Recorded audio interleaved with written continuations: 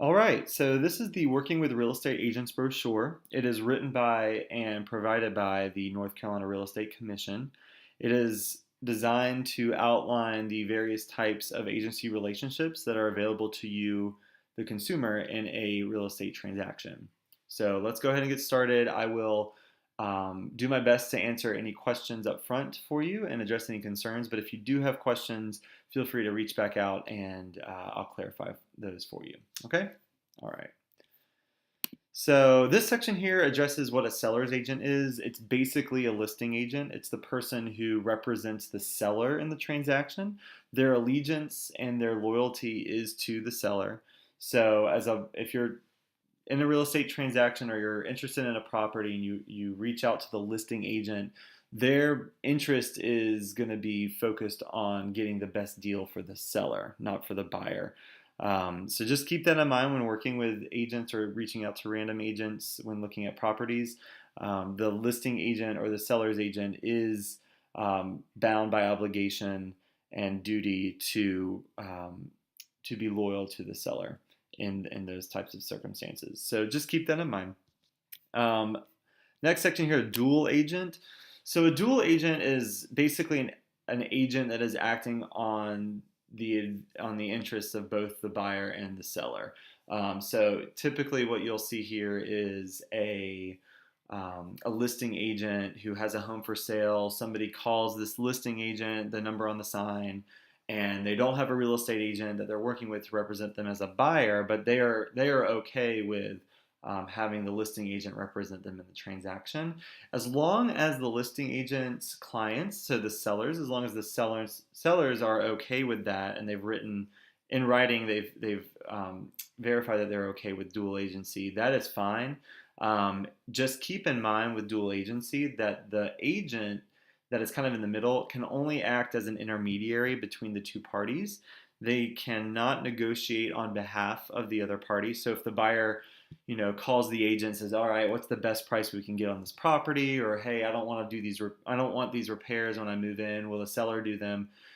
All types of negotiations are kind of off the table with the agent. Anything that you'd want to negotiate in terms of real estate would be directly to the other party. So just keep that in mind. That's a dual agent. It's rare that it happens, but if it does happen on accident, or if it's a situation where it could happen, it will be disclosed up front. But just keep that in mind as you're going through the process. So buyer's agency, it's basically the same as a seller's agency scenario, but in this case, you are being represented. If you're the buyer, you're being represented solely and exclusively by an agent who has your best interests at heart. So if you are buying property, you have an agent, and it's an exclusive representation agent, then they will make sure that they're keeping your personal and private information confidential from the other parties. They will do their best to negotiate on your behalf and will serve you basically as well as they can in every real estate transaction. So keep in mind that a buyer's agent role can be either expressed in written agreement or unwritten agreement. So if you're on the fly and you're trying to see a lot of properties and you locate an agent, you find an agent, maybe you found me and it's online, and we're going to see a few properties together, then we might have what is known as a written or an oral buyer agency agreement, meaning that you have hired me for the specific purpose of helping you investigate properties and maybe even buy one.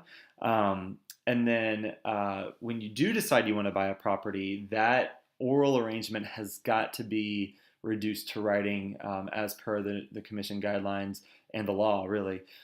So we would have to reduce that to writing, which is fine at that point because you probably love me by then. So you'll definitely want to sign up.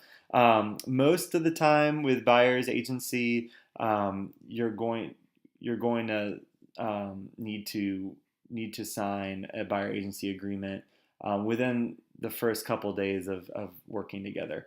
That's typically what you see in the market. It's rare that you'll have an agent that will work with you for many months and then never have anything signed. So keep that in mind. They're very basic documents, and it outlines a lot of what the relationship means, and we'll go on to that after this. So yeah, this section, there's dual agency on both ends here, and they talk about it again in the second part. Um, the last section here is seller's agent working with a buyer. That's basically when you are maybe at an open house and there's somebody that is standing at the open house. They are representing the seller at that time. And if you decide, you want to work with that agent, but you don't want to have exclusive representation in the transaction by that agent will still be known as a seller sub agent, which is a little confusing, but all that means is that their best interest is, or I'm sorry, the seller's best interest is in that agent's heart. And so therefore you are going to be working directly with the seller vis-a-vis that agent, um, if that makes sense. So hopefully this is pretty clear. I know this brochure has a lot of verbiage and it's a lot of agency this, agency that. The bottom line is there are three types of agents, well, three and a half types of agents. You've got seller agency, buyer agency, dual agency, and then of course seller sub agency, which is seller's agent working with a buyer. So if you have any questions, please let me know. But that is everything in a nutshell. So thanks so much, and let's go on to the next thing.